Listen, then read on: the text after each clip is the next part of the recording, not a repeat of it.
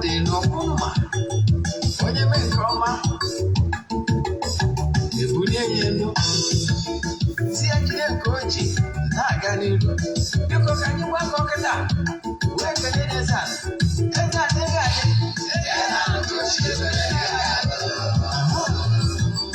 Eze-Ana Ugochi tubelu nwoke ọma na oraifite ị ga-adị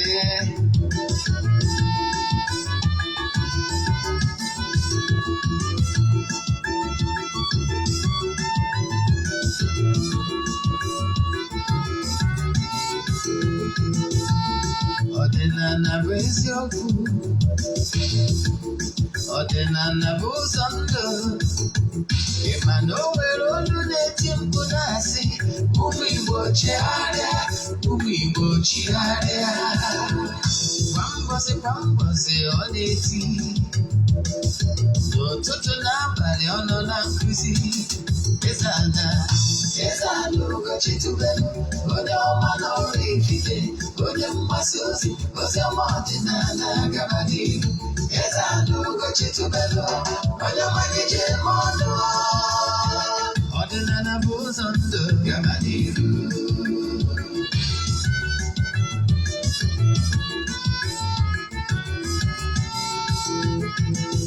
Eze-Ana Ugochi tubelu onye ọma na oraifite onye mgbasa ozi ọma ọdịnala gaba n'ihu Eze-Ana Ugochi tubelu onye mmalite eme ọnụ ọdịnala bụ ụzọ ndụ gaba n'ihu Eze-Ana ga-adị Ugochi tubelu ga-adị Ugochi tubelu tempụl ọ ya adị maka na eziokwu anwa chacha ndị okenye ga anyị ndị ochie ga anyị fọdụ asị kara aka ghọrọ ụmụ Igbo si anyị rapụ nke anyị na nke feka mma bụrụ Baịbụl bịa wepekwa chọọchị fa obodo ụka agakwa mana Ugochi tubelu ekweghị ekwe Eze-Ana si na ọma mme ọdịnala ọmanwụ chacha oge ọbụla ọ na-eti ọ nọ na nkụzi Chukwu abịa ma gbaa gị ume ọdịnala ya dị ụtụtụ ọma na ụmụ ọdịnala Igbo abịakwa m n'oge awa nke eziokwu nke ọ bụ mụnwa bụ Ogbuefi Eze-Ana Ugochi tubelu anọ n'isi ya maka ndị ọ bụ tata bụ izi ha na-afụ m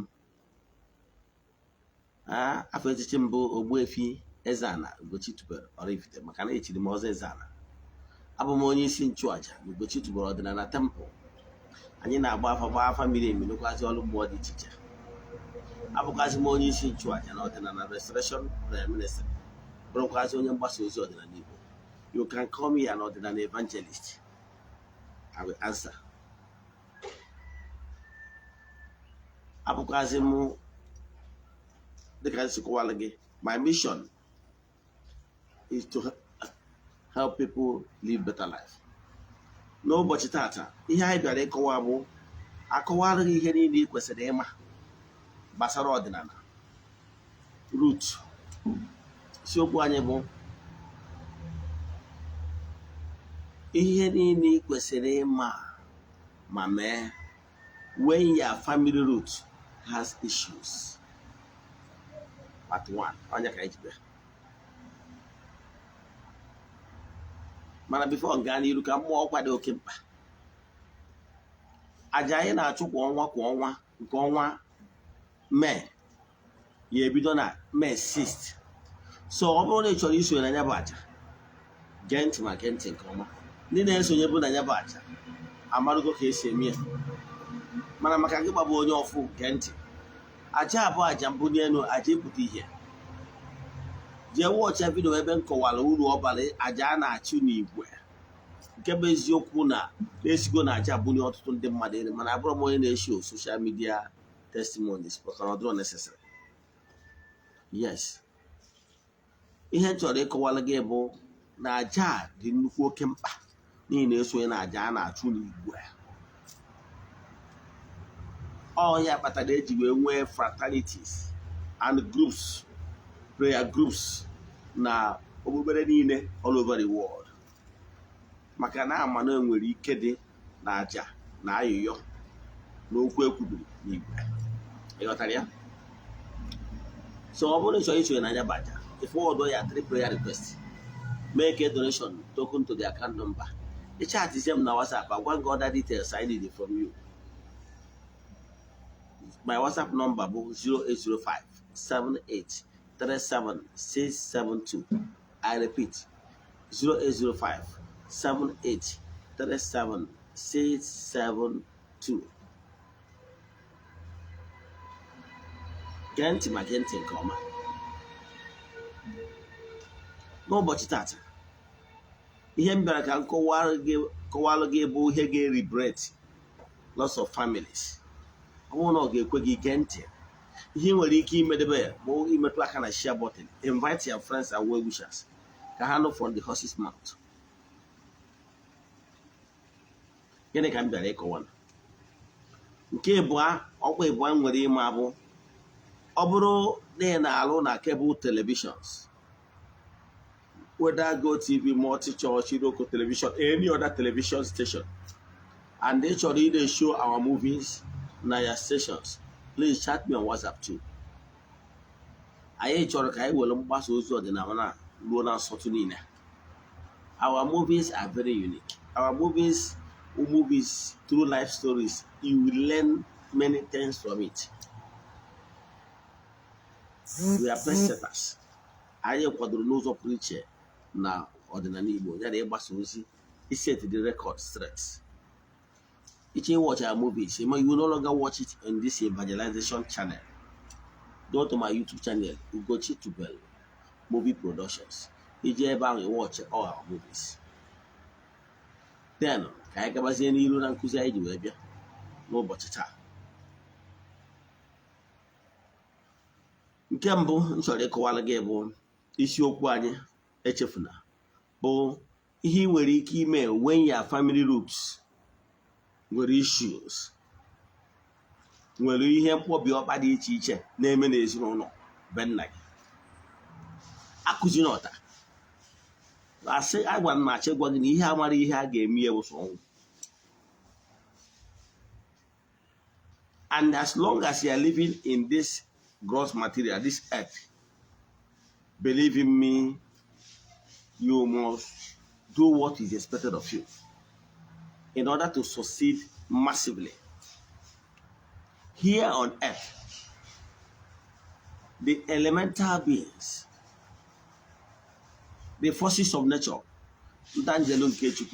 they are all in charge on earth. But you work ụwa, ndị angelo nke Chukwu bụ ha nwere in charge of this gross material.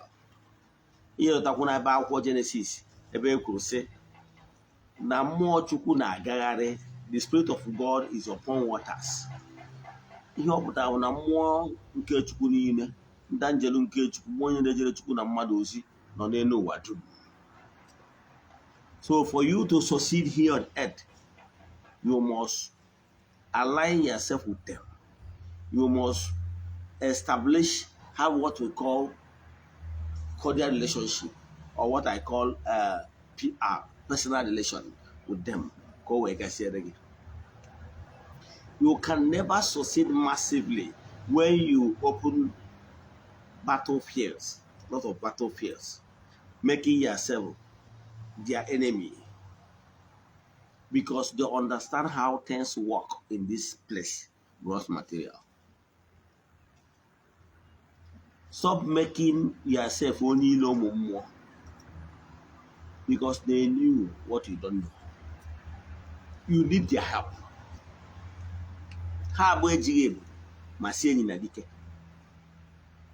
Even when Jesus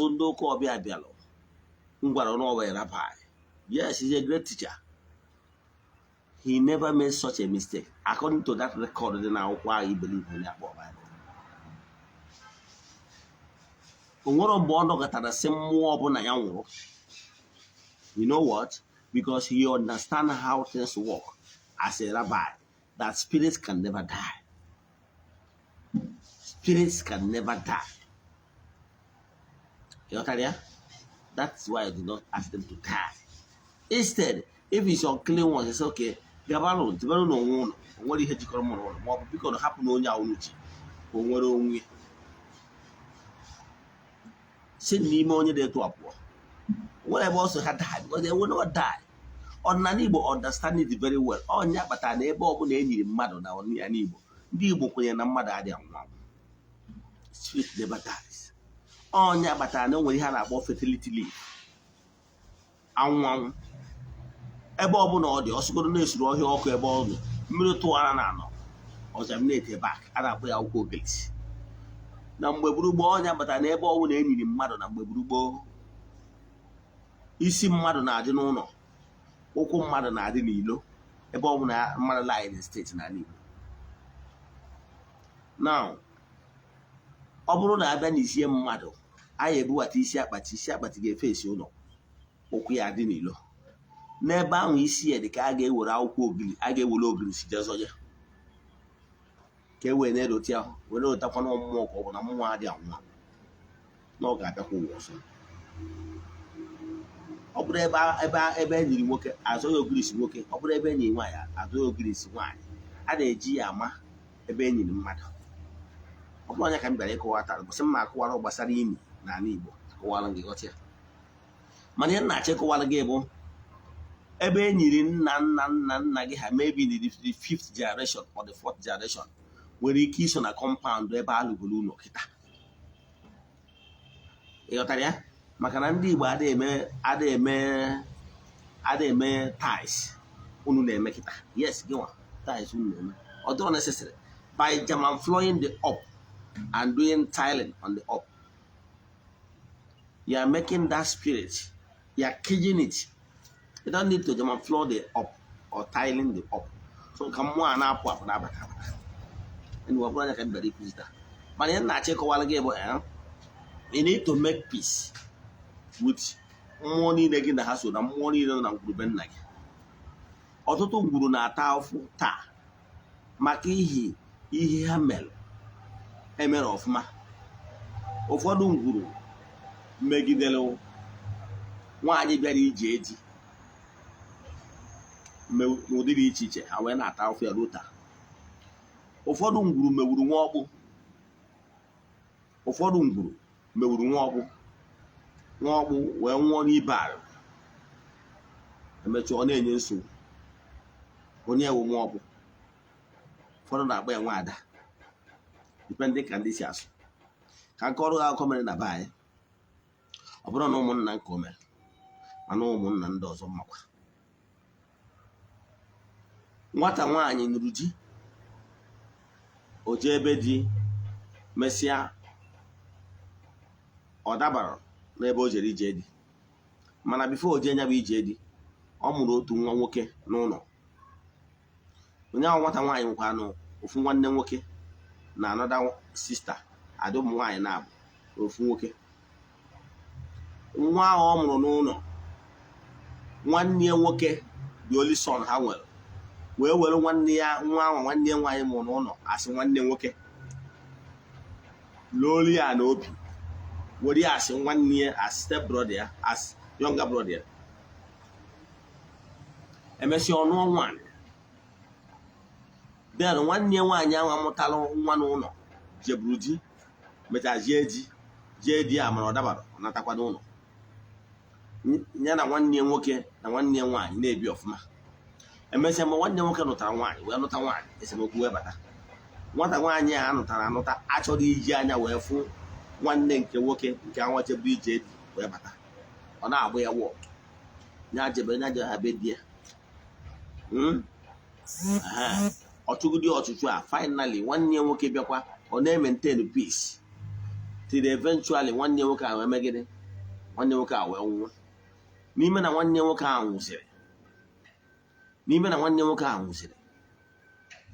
nwụsịzie, then nwunye nwanne nwoke anwa wee bịara achụpụsị nke nwaanyị anwa jeburu di nata bụ nwa ọkpụ. shọpụ nwanne nwoke bụ di na-anụ nwaanyị anwụ alụrụ lụrụ n'ihu befa ebe nke nwaanyị anọ ele provision. Nwunye nwanne nwoke wee sị ya na nwanne nwoke anọzi ihe na ọnya na ụmụ ya nwezi famili dị afọ ọ na ị ga-esi na shọpụ a. O nwere ụbọchị o mechara jegota ndị mmadụ ọ kpọtara ha bịa na-akpọpụ nwaanyị a na shọpụ na-akpụ ya. Nwaanyị ajụ na ya ma ha na-akpụ ya ufi alụrụmana na-akpụ ya ike na ana kpọpụta ya na shọpụ by force. Emere ya akaja a niile ka emechara ya. Emesịa nwanne ya nwaanyị na-Enugu wee kpọrọ ya wee naba Enugu ma na-emere ya akaja ya emere ya adịrọ mma maka na ọnwa ọkpụ ka ọ bụ nwa ọkpụ nwere right na be nna ya. Onye kpatara n'ala Igbo na-abụ o nwere ihe a na-akpọ otiti abịa. Ọ bụrụ na ụdị ọkpara nọ na ngwuru abịa ilolu ndị mmadụ a n'obi, o nwere ana a na-ewepụta nke dị ọkpara ji aka. Yes, nke ana dị ọkpara na aka. Ihe o ji aka bụ naanị ndị Igbo inviseji na-enwere ike onwe nwanne nwaanyị jere ije di mana ije dị adaba ọ bata n'ụlọ nwanne nwoke nọ n'ụdị ọkpara nọ n'ụlọ enye ya ana ebe ọ ya ebi, nye ya ụlọ ebe ọ ga-anọ. Ịghọtara ya? So for that reason ọnya ka eji eme. So mana akaja ya mere nke nwaanyị a, and ụdị akaja ya mere nwere famili dị iche iche emere ụdị akaja. O nwere ike ọ bụrụzie onye emere akaja a mebi na ọ nụrụ di na ọ mụtara nwa, na ọ nụrụ di nata ma ọ mụtara nwa, ma ọ bụ na ọ nọrọ dị atọ ọ mụtara nwa. O nwere ike dị ụtọ na nwanne ya anọrọsi onye nọzi na-ewu nwaanyị anụtara anụta na ụmụ ya. O nwere ike nwaanyị a nwere ike obicha ndụ ya nwụọ, enwere ike masị akwa ya akwa. Enwere ike mee ihe akaja dị iche iche. Akaja niile a na-eme nwere ike kwupie okwu ma ọ bụ na ọnwụ na-akwara ya akwa ma ọ bụ na-emerọrọ ihe kwesịrị ime emesizi ọ na-awa n'afa. Ọtụtụ famili na-ata afụ okwu nwaada kwupiri maka nwaada a nwere ike okwupie okwu na akaja ya emere ya na nwaanyị a bịara ije di wee mee ya akaja dị etu a na ụmụ niile ọ ya amụta na a ga-eme ha ụdị akaja. Emesizie anụchazie nwaanyị mụta ụmụ ụmụazị eposara bụrụ sọ mma na onwere onye na-ajụ nwa ọka na elegode. Ụfọdụ famili nọ na rutu ha nwere problem maka ihi na famili lele mmadụ megidere mmadụ onye ụmụnna mee ya akaja delefuo ya mgbe gboo mgbe a na-ele mmadụ ka e wee kpara ala eneghị anya na o nwere ọnkụl nwere ike ọmụta ofu nwa nwoke wee nwụọ. Nwoke ọnkụl nwere ike filuo na ya hapụ nwa nwanne nwoke a ka ọ dị ndụ na ya emenyara ya eshi abana o jele that boy. Mgbe ọ na-ele ya nwatakịrị aga na-ebe arịrị na-akọs ọnkụl ya. Enwere some families bụ na ife ha melụ na famili dị etu a kwafuru ọbara gburu tiri aka ya igbu onye aka ya dị ọcha. Enwekwara ọtụtụ famili bụ na ihe ha metalụ na-ebute ajọ ọnwụ na befa maka ihi na nwere ike ha dị n'izu maọbụ dị n'alụ wee megide onye aka ya dị ọcha o wee kwupie okwu. Ụfọdụ famili bụkwa famili jee emebie ihe mmụọ eji chekwa ngwuru. Enwere famili jee kwatuo obi, a sị na oke osisi daa ụmụ nnụnụ niile eju ọfịa.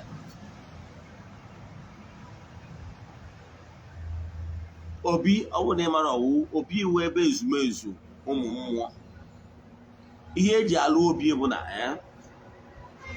ịbịa na obi m na ihe afụ ebe ndere the names of my forefathers to the 5th generation ndị anyị nwere ike idecognize, nwere ike ịlụta afụfa. Yes, maka na ndị nna nna anyị ha anyị amarosi ebe megịnị ebe enyikọtara ha ncha niile. I can tell you na enwere ike agụwa ya generation to the 10th generation backward. O nwere ike ebe ụlọ kịta abụrụ ebe enyi ya person. Maka etu ndị Igbo si alụ ụlọ bụ enicha mmadụ akwụkwọ ogirisi ka a na-azọ na ya. After azọchiri ogirisi, many years to come, enwere ike kọbazie ihe, many years to come, akọbazie ihe n'elu imi ya nwa. Enwere ike after a year, 2 years, 3 years, akọba ihe n'ebe ahụ enyere onye anwa. Si ihe ihe eji mana enyere mmadụ ebe ahụ data ogirisi. Ọ bụrụ ogirisi nwoke ihe eji ema na nwoke ka enye, ọ bụrụ na nwaanyị ihe eji ema.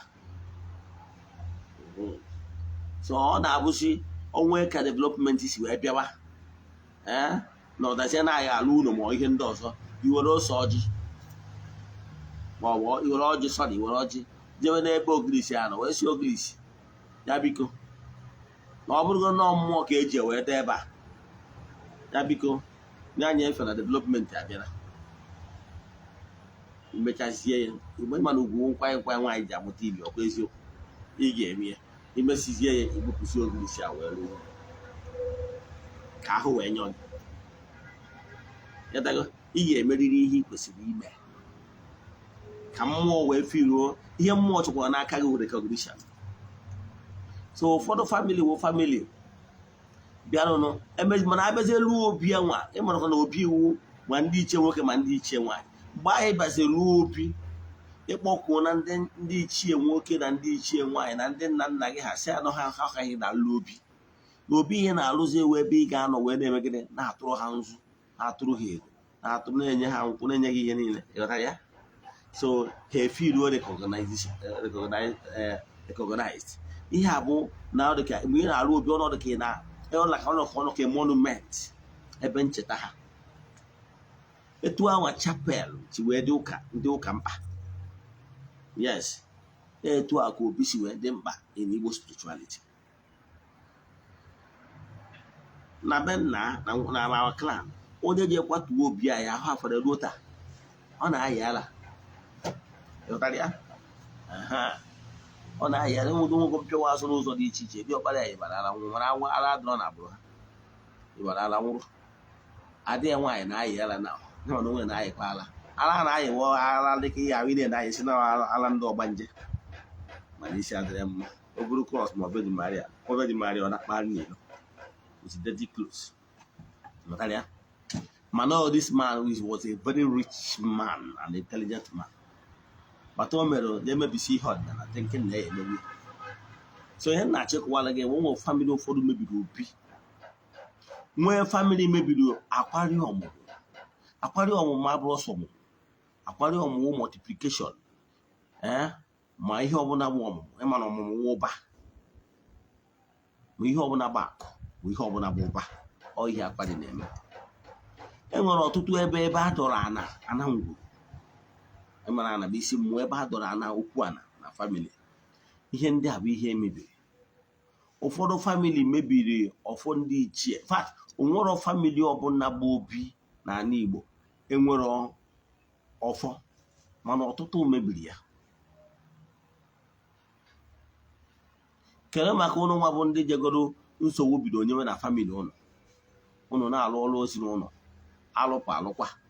Ụnụ nwa bụ ndị na-enye akpọta ndị ekpere na family ụnụ.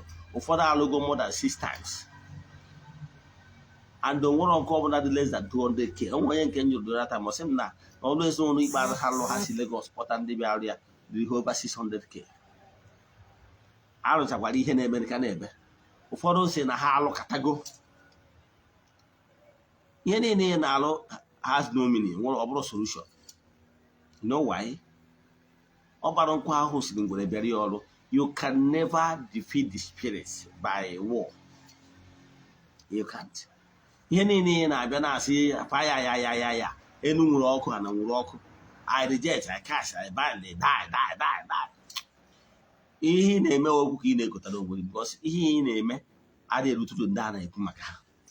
I can tell you, as we speak now, when somebody nọ ofu ebe na-eclaim na nkuzo n'elu okwu ma bụ Jizọs, wee na-asụ mmụọ ọjọọ niile die by fire n'aha Jizọs. Ihe na-ebe aka na-ebe. You can't read the back. Are you not getting tired? Because those things you are doing is not working. Can't you see it? You are doing one thing over and over again and expect different results. How? Space does not die. ebe ihe Jizọs go emewuro isi spirit nwụọ ka gị nwa bụ nwa ọba nshi si na ị ga-emewu na ha ga-anwụ. They can die. You cannot destroy what you cannot create. Even Chukwu Okike allow both the good spirits and the bad ones to be working. Well, was ye gị soro ihe ọma aka dịkwaghị mma megide ifinye n'isi. What they don't know. Every family will be well off. I have to get but I'm actually go every family go now. I want to work fake. You don't want you go see my face no no. I want to be one of fun makana you know front again and back. So one of so about every family will off. Manana ma gwa nguru ndị Igbo kwa. Ndị Igbo family akwa mgbe gboo nwere ọfọ. Ọ bụrụ na ụfọdụ nwere ọfọ ana, ụfọdụ nwere ọfọ ndị ichie, ụfọdụ nwere ọfọ alụsị ma ọfọ ogbugbu, afọ ndị ọzọ. Mana ụfọdụ na-abịa bukọzie ha niile ọnụ. Ịghọtara ya? Wee yọọ sị ọ bụrụ na famili ụnụ wụ famili emebiri ọfọ. Ka ị bịa na mma enyere gị aka ka wachi ọfọ a. Maka na ịghọtara ihe ọfọ emebiri pụtara. Ka akwụkwọ ya ọzọ. Ofo is the symbol of authority. Ofo bụ ihe eji control mmụọ. Ofo is like the remote control. Yes, you say you remote control or control television or whatever. You want television to off, you want television to on, you want to change channel, you want to do this. That's what Ofo represents. It's the power, it's the key. Ofo is a symbol of authority of kwekọrịta na nna gị ha kwekọrịta with mmụọ. Ọfọ a ka a ji kwubi okwu si na ihe ọma na-eme na be ndị ọzọ ga-eme na ngwurube ya ọtụ ọfọna na ha ga-adị ka echi na echi adị agwụ agwụ ti ọfọna na ndụ ha ga-adị na ha ga-azụ ka ahịa na ha ama ana ka ahịa eti ọfọna na ihe ọma na-eme na be ndị ọzọ ga-eme na befe eti ọfọna na ụmụ nwaanyị fa ndị jere ije di ga-eji ebe di mụọ ọmụmụ nwoke ọmụmụ nwaanyị eti ọfọna na ajọ mmụọ anya afọ na ajọ mmadụ anya afọ eti ọfọna na agaghị ga-abụ mba ga-edu ude mba ga-apụta ihe na ihe ọma ga-eme na nnukwu mmadụ ga-esi n'ezinụlọ apụta eti ọfọna. Ihe niile abụ ihe ndị gboo ji wee godo wee kwubie okwu wee juo oku n'isi ezinụlọ ha. All good wishes and longing of your forefathers. That is what Ofo represents. So whenever mmanya gbugidoro gị, ije gbota ofu ofeke, onye eriri front and back, mana hide there under the umbrella of Okobia, mmanya gbugido gị, inye permission ka ọ bịa na family be nna gị bịa wepụsịa ụfọdụ secret things in the name of always known nwanne eriri gị maka na oke dị na n'ụlọ gwara oke dị n'ama na azụ na ngịga o nwere ihe ga-eme ọkwa ọlụ ezinụlọ nke anyị so ya alụ mgbe anyị na-eje ụka ọbịa ọ bịata okwu dị ihe ama na ya amụ ya n'ọkwa ụlọ kpọrịa ya bịa lụwa ọrụ. Ụfọdụ ga-abịa ihe ọmawu ojeme isie mmiri ya ọmaọwa ọ yiri ya ọ na-efekasị ọ na-agwasị ụnụ na-enyesi ụnụ kọmandị ụnụ a na-ebupụta ọ narụ obi ya ọ jụcha ahụ ya kwuo n'ọkwa ụnụ gbupụtara si na ụnụ achọrọzie ọgwa mmụọ ọbụla nọ na those artifacts and ihe secretaries si ya na ọ bụ ọkwa ya nwa n'ọkwa ụnụ nwa kpọrọ ya adọọkwa na ụnụ nwa gbupụtara. Ịghọtara ya? O mejee tụ ọbụwa abụ o were fuelu fefe sụrụ m ya ọkụ na amụ ọkwa ụnụ ga-ata ahụfụ ya. Ọ bara nkwa ahụ si ngwere bịara ọrụ mechaa ọ na-abịa oji ebe o were akwa duchuo onwe gburu onwe n'ọkwa ọrụ biznes ya o ji akpa ya ụmụasị n'ihi ka ebịa mee mana ụnụ ga-atagba afụfụ ya. Mgbe anwụrụ bụ ọrụ na ọfa ma ọ bụ mgbe anwụrụ tụfuru ọfa ihe ọ pụtara bụ ihe nketa ụnụ na ihe ọma niile dị n'ụzọ ọkwụ unu mere gịnị tụfuo. O so me na be m mgbe nna m ji ọnụ ya gwa m tii na m ga-ejiri aka mme gịnị jee wachie data ụfọ ịwachie data ụfọ anwa i restore the family wealth and good wishes of your ancestors and their family will be blessed again. I'm a living witness. I'm a living witness. If not, ọ na-emegbu anyị na-alụ ka elephant ka na-eri ka ọkụkọ.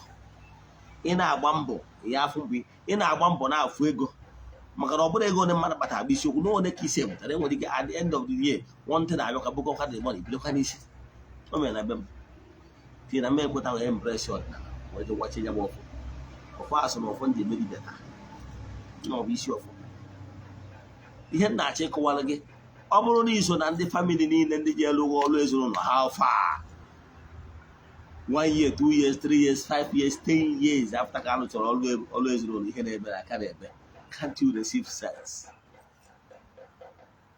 ịmara na ihe kwesịrị ime ihe ị na-achọ na Sokoto nwanne ọ dị na Sokoto mana ọ na-emaghị ebezinarị ụfọdụ ndị family I can see some of those families that will have beautiful daughters 4 of them none of them is married onwe nke jere ije ede obodo ga-achụnata na vidiyo ụfọdụ nwere ike na-ebo ndị mmiri si na ndị mmiri emekwa ka ha si eme ụfọdụ abụrụ ndị mmiri some of these predicaments and those ups and downs on n'afọ has something to do with their family root.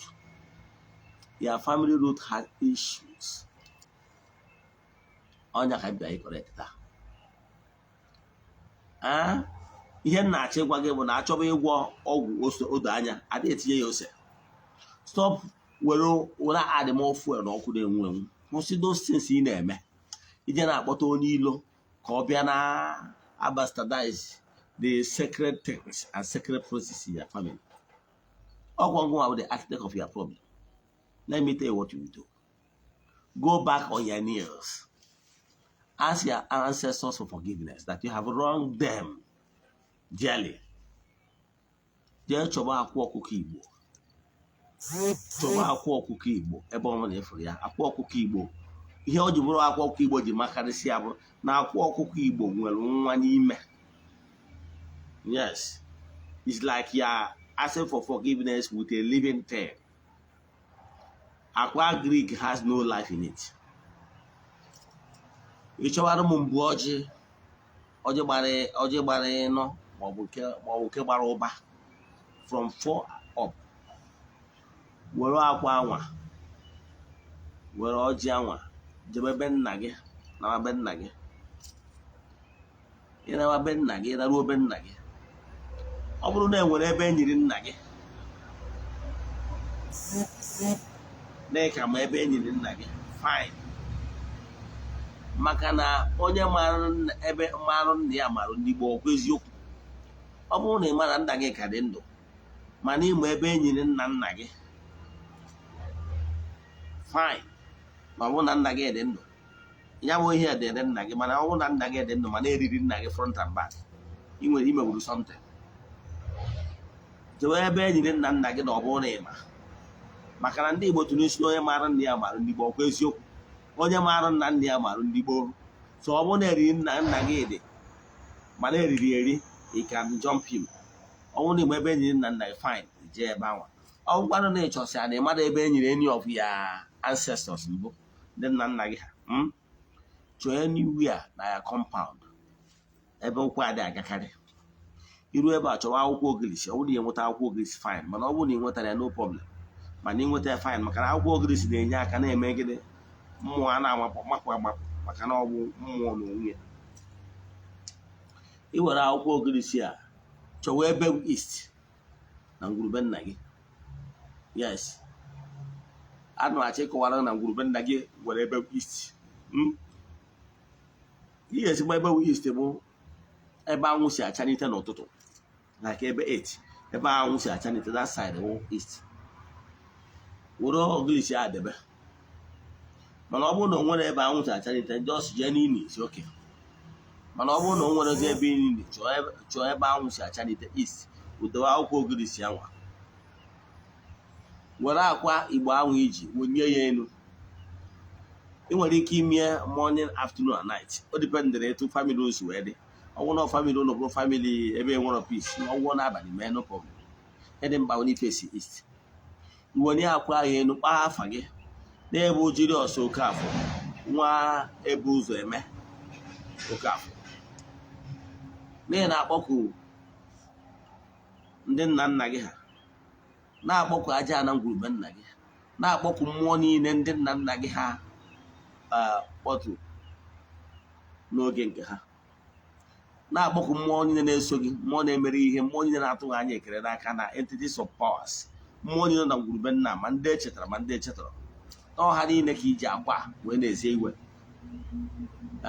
n'ọgwa na-egbuo maka ọnụma enye maka isi ha. Biko na ị na-ayọ ha n'iji akwa wee na-ayọ ha, ha si ya biko ha mee ka ọpa iwe ha dajụọ, n'ịma na-emejọrọ ha eri mgbe, n'ịmakwa na-recognize ha for a very long time, mana ị na-ayọ n'obi tiwara etiwa na obi gopịara egopịa, iwe ha megịnị, iwe ha se iwe ha, biko iwe ha banye n'ime akwa na akwa ọkụkọ Igbo bụ ihe eji eze mmụọ iwe. Imechaa ya ekpuchi etu a ka o si dị, were enyefe n'isi gị 4 times, si a na iji agbụrụ onwe gị n'ihe ị mara anya amaghị, chọọ ntu ihe dịka ebe 9 inches nail kwụọ n'ọnụ akwa anwa, kwụọ anya akwa epuo, iwere akwa anwa n'akụkụ ebe ahụ idere akwụkwọ ogirisi tinye ya n'ala, kee ya dị n'ala, ka mmiri akwa si ka mmiri akwa na-erunye n'ime ala, ka iwu unu na-eme gịnị na-eze ịtọnụ akwa upside down, ka mmiri akwa na-abanye n'ala gradually.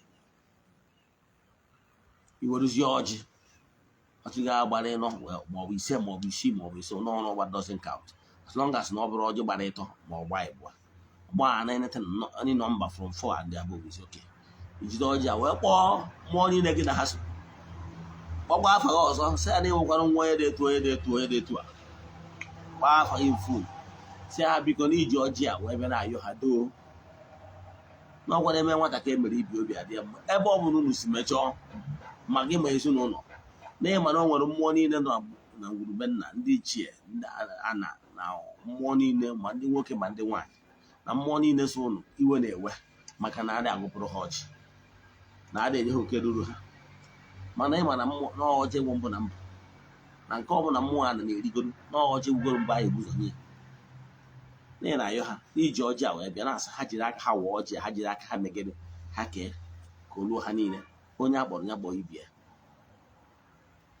ha. Biko ha mepere ụgwọ ụzọ, yozie ihe dị mkpa, kwezie ha nkwa na ọ bụrụ na ihe ọma meele gị na ị ga-echighata, jiri nwayọ nwayọ na-arụ ọrụ dị n'ụzọ gị. Ime ihe a na-agwa gị n'eziokwu na ezu asụsụ, ị ga-afụ changes. Esigo n'ụzọ dị etu a wee tụọ ọtụtụ ndị mmadụ na-agbụ. Abụrụ m onye na-eche testimony, ọ na ngosi testimony si ndị mmadụ dị. Imesịa nke a chọọ ihe dị ka ebe 200 or above, mesịa idoro ha akwa awa ọdata ọcha ihe edebe na n'elu akwụkwọ ogirisi ahụ nabazie ọsọ ọbụla ị na-ana, chọọ ihe dị ka ego from 200 and above, nyefee n'isi gị ugboro 4 dịka ihe aja esi enyefe ewu, nyefee n'isi gị. Etu ata bụ ụbọchị eke, nke abụ na eke, orie abụ na orie, afọ abụ na afọ na ụbọchị na ala. Inyefecha ya sị na ego abụ na-ego ihe aja iji agbara onwe gị. Chọọ ebe ọbụla ụzọ gbara ịtọ ma ọ bụ ịnọ, tụpụ ya bụ ego debere onwe gị, because you need to make somebody happy. Somebody will pick the money. That happiness ya nwe onye a ga-enweta ihe dị mkpa. Ihe na-edere we you to mmụọ, he cannot win them by fire. Ya Enugu, he can never win them. I can tell you. Don't start war you cannot finish. Otu families go ọ na-ewute m na ifo families enwere ụmụ agbọghọ bi ha wụsala. Ụfọdụ a na-ejegere kpọnwe family mma now. Beautiful daughters. Yeah, once you see any of them, you must turn back. But what is happening? Onwere ezigbo mmadụ na-abịa, onye ya abịa bụrụ ofu ka mmadụ. Ghọtara ya? So a ga-emeriri ka mmụọ ọbụla iwe na-ewe, maka na a na-eji ajọ omume nke ndị bụ nna rụta ụmụ ha to the 4th generation. A ga-enweriri ka mmụọ ọbụla iwe na-ewe megide na jụọ. Is by appeasement, no any other way. No any other way. Must appease them. Mana mmụọ onye na-asị ka isi bịa relationship with you and them, no nwere ihe jikọ gị na ha, ị na-afụta ha asị ndị ilo gị, you cannot go anywhere because you need them. Ka m kwụsị ebe a, inwe ajụjụ na nkụzi a, send message to me on WhatsApp. Ma ọ bụ na ịchọ ka agbara gị family, send them message 08057837672. I repeat, 08057837672. I can see.